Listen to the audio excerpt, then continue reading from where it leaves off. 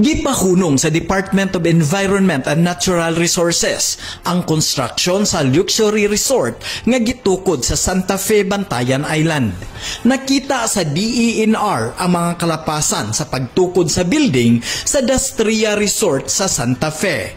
Ang team ni Governor Pambari IV nagpakisusi sa gitukod nga resort aron pagpaminaw sa concern sa katawhan. Nahimong kontrobersyal ang gitukod nga resort tungod sa giingong kalapasan sa Environmental Compliance Certificate kun ECC. Ang Dastria Resort nagtukod og 11 ka andana nga building, samtang tululang ka andana ang gitugot niini sa ECC. Daghan sa mga residente ang nipadayag sa ilang kabalaka nga maapektuhan ang ilang panginabuhian.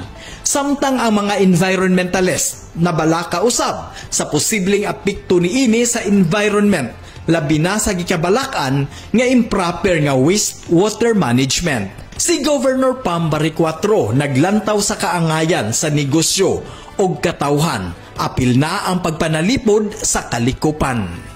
Manginlabot magpakabana tungod kay ato ang Sugbo. Munching Austero, Sugbo News.